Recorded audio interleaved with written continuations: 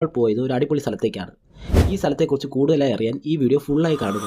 ഏകദേശം ഒരു 9:30 ആയപ്പോഴാണ് നമ്മൾ അവിടെ എത്തിയത്.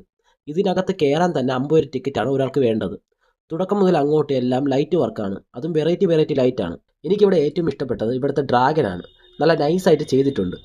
ഇവിടുത്തെ ലൈറ്റ് മാത്രമല്ല, ഒരു മഞ്ഞു കൂടാരം, പിന്നെ ചുറ്റും പൂന്തോട്ടം, ഇനി പൂവ് കൊണ്ട് തന്നെ മൃഗങ്ങളെ ഉണ്ടാക്കിയിട്ടുണ്ട്. കുറച്ച് അപ്പുറത്ത് പോയാൽ പല വെറൈറ്റി ചെടികളുമുണ്ട് ഇവിടെ. പൂക്കളുടെയും ചെടികളുടെ ഒരു മ്യൂസിയം തന്നെ ഉണ്ടെന്ന് പറയാം ഇവിടെ.